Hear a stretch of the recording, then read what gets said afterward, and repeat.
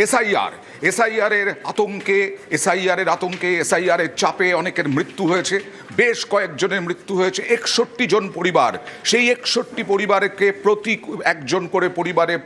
একজন করে হোমগার্ডের চাকরি ঘোষণা করলো রাজ্য সরকার।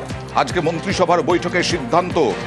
এসআইআরে বিভিন্ন সময় আমরা দেখেছি, এসআইআর যখন চালু হলো, স্পেশাল ইন্টেন্সিভ রিভিশন, তখন বিভিন্নভাবে মৃত্যু হয়েছে বহু মানুষের। অভিযোগ উঠেছে আত্মহত্যা করেছেন কেউ কারো হৃদরোগে মৃত্যু হয়েছে। সেই সমস্ত মৃতের পরিবারের একজন করে চাকরি। এসআইআর চলাকালীন বিভিন্ন পরিস্থিতিতে সেই মৃত্যু পরিস্থিতিতে চাকরি, হোমগার্ডের চাকরি রাজ্য সরকার দেবে মৃতদের পরিবারকে। একজনকে হোমগার্ডের চাকরি, রাজ্য মন্ত্রিসভার বৈঠকে সিদ্ধান্ত।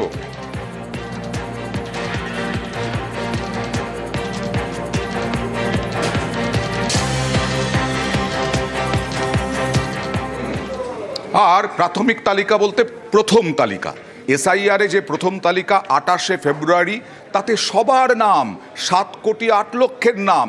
কিন্তু এই 7 কোটি 8 লক্ষের নামই কি থাকবে?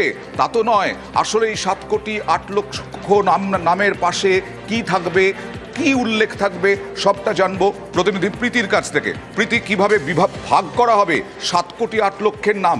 কেন 7 কোটি 8 লক্ষের নামই প্রকাশ করা হচ্ছে ওই দিন?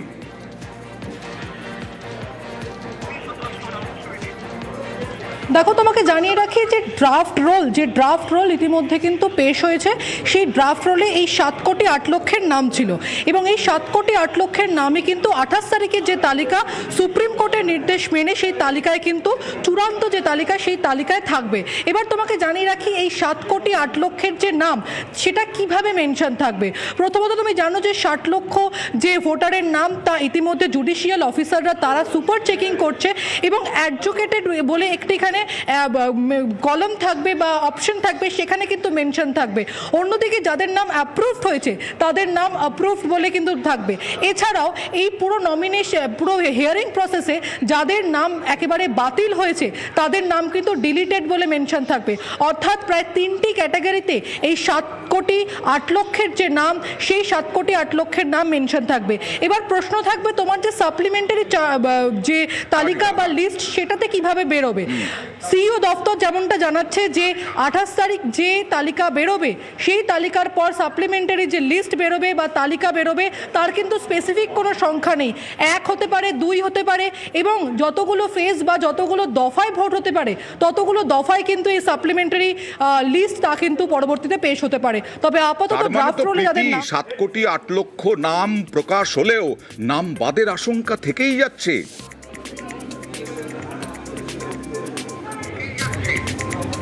একদমই নাম বাদের আশঙ্কা থাকছে, কারণ আমরা যেমনটা জেনেছিলাম যে প্রাইমারিলি যে চূড়ান্ত তালিকায় কিন্তু মূলত বলে দেবে যে কাদের নাম পুরোপুরি বাদ পড়ছে।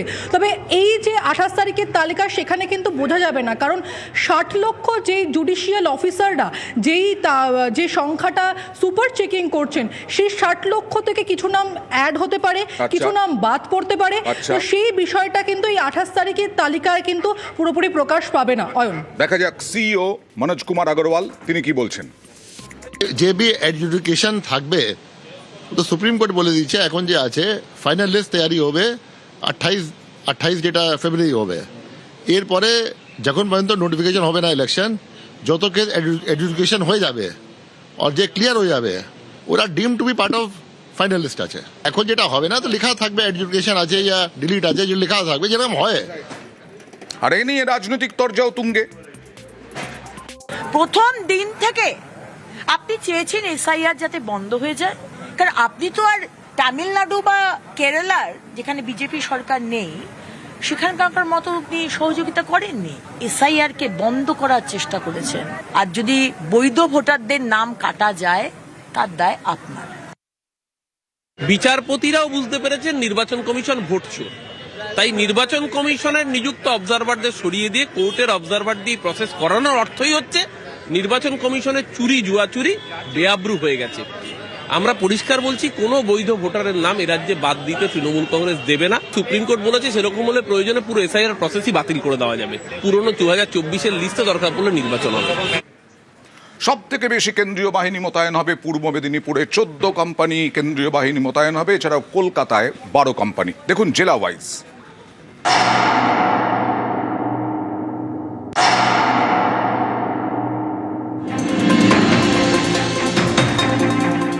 ভোট ঘোষণা এখনো হয়নি, তার আগেই রাজ্যে কেন্দ্রীয় বাহিনী। 1 মার্চ থেকে বাহিনী ময়দানে নেমে পড়বে।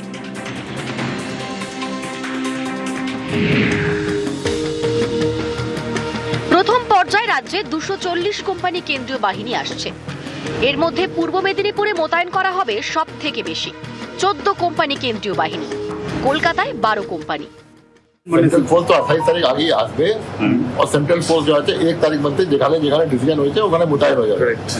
And they will go around the area, ওরা ঘুরবে, ওরা দেখবে, ওরা বসে থাকবে না।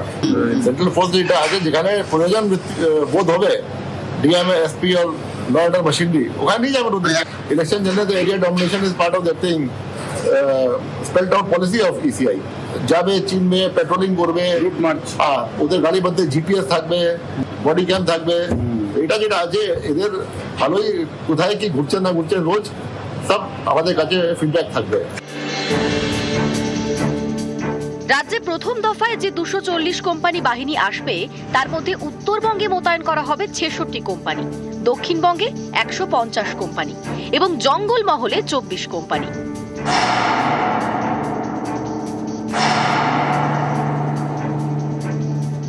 আমরা অপেক্ষায় আছি নির্বাচন কখন ঘোষণা হবে। নির্বাচন ঘোষণা হলে ডিজি থেকে আইসি পর্যন্ত খোল নলচে বদলে যদি নির্বাচন করতে পারেন, বাইরের রাজ্য থেকে যদি এসপি আইপিএস অফিসারদের এনে বসাতে পারেন, তাহলেই কেবলমাত্র পুলিশের যে গুন্ডামি, পুলিশের যে রাজনীতিকরণ এটা বন্ধ হবে। শুভেন্দু অধিকারীর ইচ্ছের মতন তো ভারতবর্ষের সংবিধান চলে না। সব জায়গায় যখন নির্বাচন হয়, উত্তরপ্রদেশে হয়, বিহারে হয়, যখন মহারাষ্ট্রে হয়, একই নিয়মে হয়। পশ্চিমবঙ্গের জন্য তো শুভেন্দু অধিকারী চাইছেন বলে ভারতের নিয়ম পাল্টে যাবে না। এগুলো হচ্ছে হতাশার আর্তনাদ। ওনার ভয় হচ্ছে সিপিএম এর মতন আবার বিজেপি একদম শূন্যতে না পৌঁছে যায়, সেই সম্ভাবনাও এবার আছে। প্রথম পর্যায়ে রাজ্যে 240 কোম্পানি কেন্দ্রীয় বাহিনী কিভাবে মোতায়েন হবে তার পরিকল্পনা চূড়ান্ত করল নির্বাচন কমিশন। 35টি পুলিশ জেলা পুলিশ কমিশনারেটেই এই বাহিনী মোতায়েন থাকবে। তবে জেলা জুড়ে নয়, কিছু নির্দিষ্ট থানার অধীনেই থাকবে এই বাহিনী মোতায়েন। ক্যামেরায় সুমন বোসের সঙ্গে সোমরাজ বন্দ্যোপাধ্যায়, নিউজ 18 বাংলা, কলকাতা। ভোটার তালিকায় প্রকাশ হয়নি, ভোট ঘোষণাই হয়নি, তার আগে কেন্দ্রীয় বাহিনী, এত আগে কেন্দ্রীয় বাহিনী। আর এই কেন্দ্রীয় বাহিনী থাকবে কোথায়? স্কুলে স্কুলে, কলেজে কলেজে। তাই শিক্ষাক্ষেত্রে প্রভাব পড়ার আশঙ্কা। শিক্ষামন্ত্রী ব্রাত্য বসু কি বলছেন দেখুন। আমরা আশাবাদী আমরা ওই পরীক্ষা নিতে পারবো। যে অবস্থায় আছে এসআইআর, আমরা খুবই আশঙ্কিত যে কি অবস্থায় শেষ অবধি রাজ্যকে ওরা বাঙালিকে নির্বাচন কমিশন কোথায় কোন ফুটপাতে নিয়ে গিয়ে দাঁড় করাবে। কিন্তু আমরা আশাবাদী যে 1 তারিখ আমরা পরীক্ষা নিতে পারবো। কেন্দ্রীয় সরকার যদি মনে করে থাকে যে স্কুলগুলোই একমাত্র হচ্ছে ধর্মশালা, সেটা কেন্দ্রীয় সরকারের মানে তারা স্কুল শিক্ষাকে কিভাবে দেখে সেটা দৃষ্টিভঙ্গির প্রশ্ন। নিশ্চয়ই কেন্দ্রীয় তাদের বাহিনী কোথায় থাকবেন তা থাকার ক্ষেত্রে নিশ্চয়ই তাদের আলাদা ভাবনা আছে, কিন্তু এটার জন্য যদি রাজ্যে স্কুল শিক্ষা ব্যাহত হয় সেটা আমরা চাইবো না। ফের তৃণমূলের নিশানায় নির্বাচন কমিশন। একেবারে মুখ্য নির্বাচন কমিশনারকে আবার ভ্যানিশ কুমার বলে উল্লেখ তৃণমূলের, এবং 4 দফায় ব্যর্থতার উল্লেখ। ব্যর্থতা তুলে ধরে নির্বাচন কমিশনকে আক্রমণ। তৃণমূলের দাবি, লজিক্যাল ডিসক্রিপেন্সিতে 1,36,00,000 ভোটারকে যথেচ্ছভাবে চিহ্নিত করা হয়েছিল, তার মধ্যে 50 লক্ষ মামলা এখনো বিচারাধীন। এটা কমিশনের ব্যর্থতা বলে অভিযোগ তৃণমূলের। যদি 250 জন বিচারক প্রত্যেকে প্রতিদিন 250 মামলা নিষ্পত্তি করেন, তবুও বকেয়া মামলা সমাধান কমপক্ষে 80 দিন সময় লাগবে, হাতে মাত্র কয়েকদিন। আর কমিশনের তৃতীয় ব্যর্থতা হিসেবে এসআইআর প্রক্রিয়া সম্পূর্ণ করতে সুপ্রিম কোর্টের হস্তক্ষেপকে উল্লেখ তৃণমূলের। এইভাবেই 4টি ব্যর্থতার কথা। এআই তথ্যকে ভরসা করে নাম বাদ দেওয়া হয়েছে বলে অভিযোগ। ইয়ারোদের অজান্তেই ভোটারদের নাম ব্যাকএন্ড থেকে বাদ দেওয়া হয়েছে বলে দাবি। এটাও কমিশনের ব্যর্থতা। নির্বাচন কমিশন বিজেপির নির্দেশে চলতে গিয়ে একটা মেস তৈরি করেছে। আমরা কিন্তু এসআইআর এর বিরুদ্ধে নই, এসআইআর এর এই পদ্ধতিটার বিরুদ্ধে। এটা ভোটের আগে বাংলায় বৈধ ভোটারদের বাদ দেওয়ার জন্য বিজেপি জোর করে করালো। ওই সময় এটা হয় না, হতে পারে না। বিজেপি টার্গেট করে দিচ্ছে এত এত কোটি লোককে বাদ দিতে হবে। বিজেপি বলছে বাংলাদেশে পাঠিয়ে দেবো। এখানে বৈধ ভোটাররাও আত্মহত্যা করছেন, বিএলওরাও চরম সংকটে মৃত্যুর মিছিল চলছে। সর্বোচ্চ আদালতও মেনে নিচ্ছেন যেটা হয় না, অজস্র ভুল আছে, অজস্র অসঙ্গতি আছে। সেটাই আবারও চোখে আঙুল দিয়ে তৃণমূল কংগ্রেস দেখিয়ে দিয়েছে। কিসের কমিশনের ব্যর্থতা বা সার্থকতা? যতক্ষণ না ভোট হচ্ছে, যতক্ষণ না একটি নির্বাচকদের একটা পরিষ্কার পরিচ্ছন্ন ভোটার তালিকা আমরা যতক্ষণ না পাচ্ছি, ততক্ষণ সার্থকতা ব্যর্থতা এইসব নিয়ে আমরা কোনো কথাই বলবো না। কিন্তু একথা ঠিক, তৃণমূল কংগ্রেস এরা অন্তত একটা জিনিস পশ্চিমবঙ্গের কাছে, বাঙালির কাছে প্রমাণ করে দিতে সার্থকতা পেয়েছে যে তারা পশ্চিমবঙ্গের বিরোধিতা করবে, গণতন্ত্রের বিরোধিতা করবে, সাংবিধানিক সমস্ত যেসব স্ট্রাকচার আছে সেগুলোকে ভেঙে গুঁড়িয়ে দেবে। এটাই তৃণমূল। ফের কেন্দ্রীয় স্বরাষ্ট্রমন্ত্রীর মুখে বাংলা দখলের ডাক।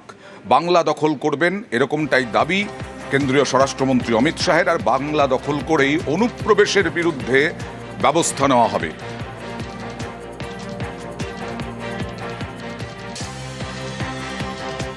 बंगाल में भी चुनाव है। मुझे पूरा भरोसा है कि इस बार भारतीय जनता पार्टी की सरकार बनने वाली है। भारतीय जनता पार्टी की सरकार का पहला एजेंडा रहने वाला है कि सीमा पर बाढ़ का काम समाप्त करना और एक एक घुसपैठिए को चुन चुन कर देश के बाहर भेजना। আর এবার মোদি আর তৃণমূলের মধ্যে চিঠি যুদ্ধ।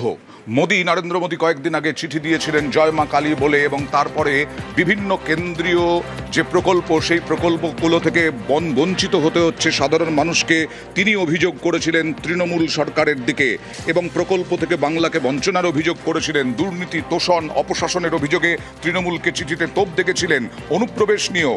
আর সে তার উত্তর দিল আজকে কটাক্ষ করে তৃণমূলের চিঠি। সেই তৃণমূলের চিঠিতে প্রাপ্য 2 লক্ষ কোটি টাকা আটকে রাখার অভিযোগ কেন্দ্রের বিরুদ্ধে।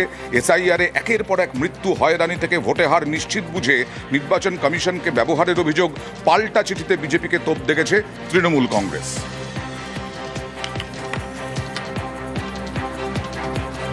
আর 26-এর লক্ষ্যে হিন্দুত্বের শান। মোদির বাংলা চিঠির শুরুতেই জয় মা কালী লেখা ছিল। পাল্টা বিজেপির পাল্টা খোঁচা দিয়েছে তৃণমূল কংগ্রেসও।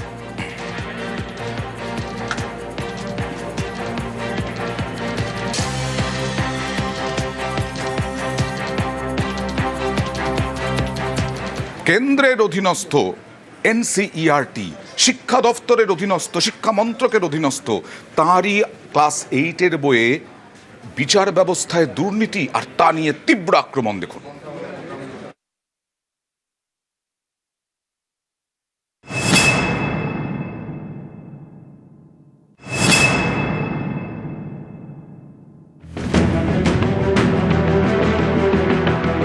এটি এনসিইআরটির 8ম শ্রেণীর সমাজ বিজ্ঞানের বই।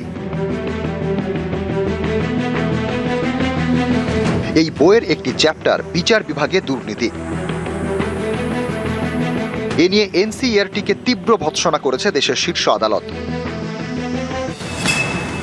National council of educational research and training 1961 সালে কেন্দ্রীয় সরকারের তৈরি করা স্বশাসিত সংস্থা এনসিইআরটি। এই সংস্থা কেন্দ্র এবং রাজ্য সরকারগুলিকে শিক্ষার মানোন্নয়নের জন্য পরামর্শ দেয়, পাঠ্যক্রম তৈরি করে, বই প্রকাশ করে। এনসিইআরটির বই দেশজুড়ে বিভিন্ন বোর্ডে পড়ানো হয়। সমাজ বিজ্ঞানের সেরকম একটি বই নিয়ে তৈরি হয়েছে বিতর্ক।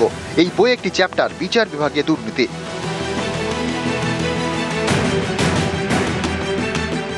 এ নিয়ে এদিন সুপ্রিম কোর্টে প্রধান বিচারপতি সূর্যকান্ত বলেন, আমি গত 2 দিন ধরে 100-র বেশি ফোন পেয়েছি। সারা দেশ এক সুরে চাইছে যেন দ্রুত পদক্ষেপ করা হয়। সুপ্রিম কোর্টের পর্যবেক্ষণ, বিচার বিভাগের মর্যাদাকে অবমাননা করার জন্য এটি পরিকল্পিত পদক্ষেপ। এর তদন্ত চাই। সুপ্রিম কোর্টের প্রধান বিচারপতি সূর্যকান্ত বলেন, বন্দুক থেকে গুলি বেরিয়ে গিয়েছে, বিচার ব্যবস্থা আজ রক্তাক্ত। এরপরে সুপ্রিম কোর্টের প্রধান বিচারপতি বেঞ্চ নির্দেশ দেয়, যে যে স্কুলে এই বই পৌঁছেছে সেই প্রত্যেকটি বই দ্রুততার সঙ্গে বাজেয়াপ্ত করতে হবে। এই দায়িত্ব এনসিইআরটির। এরপরেই এনসিইআরটির এই বইয়ের ওপর নিষেধাজ্ঞা জারি করে সুপ্রিম কোর্ট। এনসিইআরটির ডিরেক্টর এবং কেন্দ্রের স্কুল শিক্ষা সচিবকে শোকজ করা হয়েছে। এই অধ্যায় বইয়ের অন্তর্ভুক্ত করার পিছনে কারা রয়েছেন তাদের নাম চেয়ে পাঠানো হয়েছে। সুপ্রিম কোর্ট এও জানিয়ে দিয়েছে, এই ধরনের বিষয় যদি নিয়ন্ত্রণ করা না হয় তাহলে বিচার বিভাগের প্রতি জনসাধারণের বিশ্বাস নষ্ট হবে। এরকম হলে কাউকে রেয়াত করা হবে না।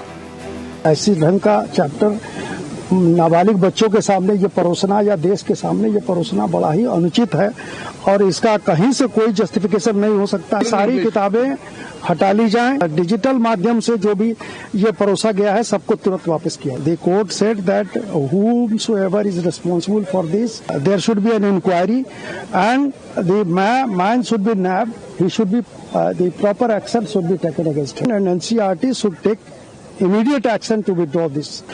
कोई ऑफिशियल या जो भी इसके लिए रिस्पॉन्सिबल पाए जाएंगे उनके खिलाफ एक्शन होगा।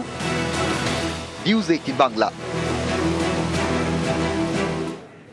আর প্রধানমন্ত্রী নরেন্দ্র মোদী তিনি যথেষ্ট ক্ষুব্ধ এনসিইআরটির ওপরে দোষী খুঁজে বার করার নির্দেশ কতটা কড়া এ বিষয়ে প্রধানমন্ত্রী নরেন্দ্র মোদী জানবো প্রতিনিধি মৈত্রীর কাছ থেকে। দেখো, এই যে গোটা এনসিইআরটির বিষয়টি আসছে এবং যেখানে জুডিশিয়ারির করাপশন নিয়ে যেখানে উত্তাল হয়ে উঠেছে আজকে সর্বোচ্চ আদালত, সেখানে প্রধানমন্ত্রী তিনি তার ভয়ঙ্কর অসন্তোষ, তিনি অত্যন্ত ক্ষুব্ধ হয়েছেন বলে জানা যাচ্ছে কেন্দ্র সরকারের টপ সোর্স থেকে। যেটা জানা যাচ্ছে যে প্রধানমন্ত্রী তিনি স্পষ্টতই প্রশ্ন তুলেছেন যে এটার পেছনে কারা রয়েছে তাদেরকে খুঁজে বার করতে হবে। কাদেরকে এই দায়িত্ব দেওয়া হয় যারা ক্লাস 8 এর বাচ্চাদেরকে করাপশন ইন জুডিশিয়ারি মতো বিষয় পড়াতে চায়, সেই কারা এইসব দায়িত্ব পালন করে সেই প্রশ্ন তিনি তুলেছেন আজকে বলে এখনো পর্যন্ত সরকারি সূত্রে আমরা জানতে পারছি। তবে সরকারও যে বিষয়ে অত্যন্ত কড়া অবস্থান নেবে তার ইঙ্গিত আগে থেকেই পাওয়া যাচ্ছিল এবং প্রধানমন্ত্রীর একেবারে স্পষ্টতই অসন্তোষ প্রকাশের পর পরিস্থিতি কিন্তু আরো যে সরকার যে গোটা বিষয়টি অত্যন্ত সিরিয়াসলি নেবে এবং অ্যাকাউন্টেবিলিটি ফিক্স করবে সেটা কিন্তু কার্যত নিশ্চিত হয়ে গেল। ওকে,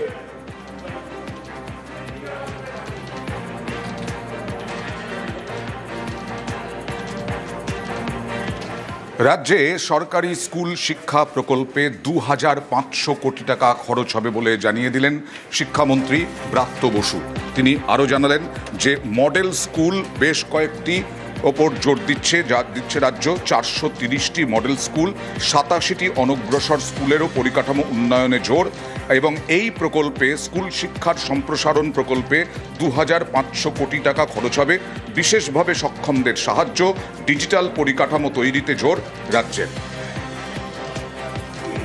স্কুল শিক্ষার সম্প্রসারণ, যেটা আমাদের এশিয়ান ডেভেলপমেন্ট ব্যাংক তাদের সহায়তায় হচ্ছে, এই মূল প্রকল্পটা তারা 70% দেবে এবং আমরা দেব এটার 30%। মোট প্রকল্পের খরচ প্রায় 2500 কোটি টাকা। 430টা ব্লকে একটা স্কুল আর 87টা একটু পিছিয়ে পড়া ব্লক যেগুলো, সেখানে 2টো করে স্কুল। পরিকাঠামোর একটা আমূল পরিকাঠামো ঘটাচ্ছি। যারা প্রতিবন্ধী শিক্ষার্থী আছেন তারা যাতে আরও বেশি করে মেন স্ট্রিমে আসতে পারেন তার একটা প্রয়াস স্কুল শিক্ষা দপ্তর মুখ্যমন্ত্রীর নির্দেশে আমরা নিচ্ছি। সমস্ত এই স্কুলগুলোয় এখন থেকে 2টো ভাষায়, বাংলা এবং ইংরেজি 2টো ভাষাতেই পাঠদান করা হবে। শিক্ষক নিয়োগ করা হবে সেই স্কুলগুলির ক্ষেত্রে। সংখ্যা এখনই আমি বলতে পারবো না, তবে একটা ভারী সংখ্যাই করা হবে। রেলের বাঁকুড়ায় অমৃত ভারত প্রকল্প, সেই প্রকল্পে কাটমানির অভিযোগ, আর এই অভিযোগে ভোটের আগে হাওয়া গরম।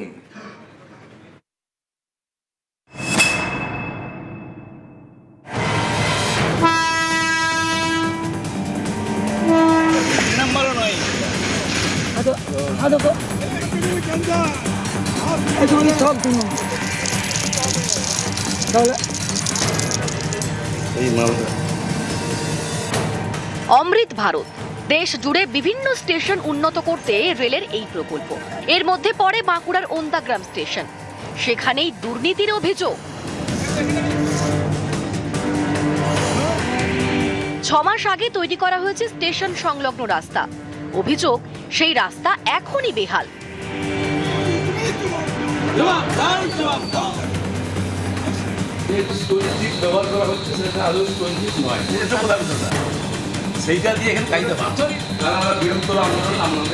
ওন্দা স্টেশনকে অমৃত ভারত করার পরেও যে নিম্নমানের যে সব মালপত্র দিয়ে কাজ হচ্ছে তা কোনো মতেই বাঞ্ছনীয় নয় এবং ভালো যোগ্য কাজ হয়নি।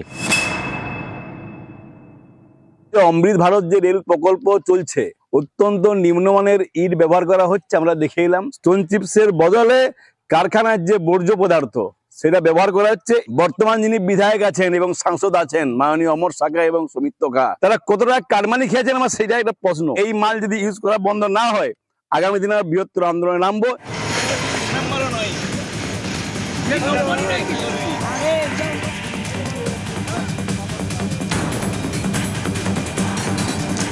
কাটমানির অভিযোগ উড়িয়ে দিয়েছেন ওন্দার বিজেপি বিধায়ক অমরনাথ শাখা। তবে নিম্নমানের সামগ্রী দিয়ে কাজের অভিযোগ তিনিও মেনে নিয়েছেন।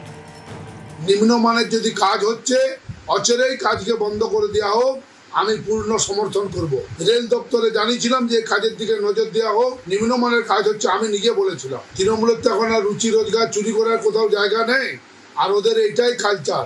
তাই আজকে তৃণমূল নেতারা বড় বড় কথা বলছেন।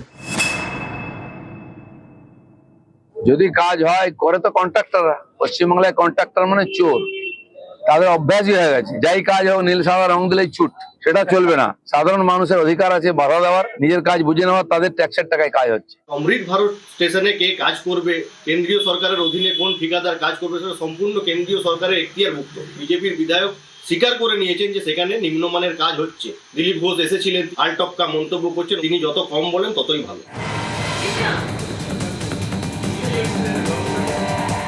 বাঁকুড়া থেকে প্রিয়ব্রত গোস্বামী, নিউজ 18 বাংলা।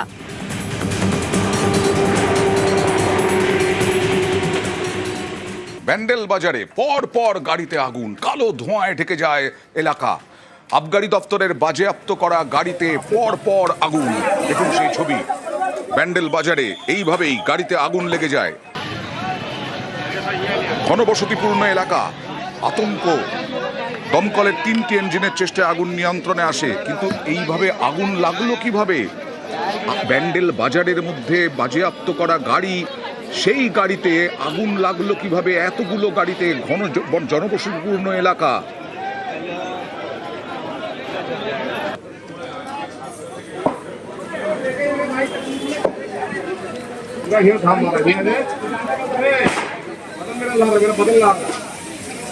हट जाइए, छिटक जाएगा, हट जाइए।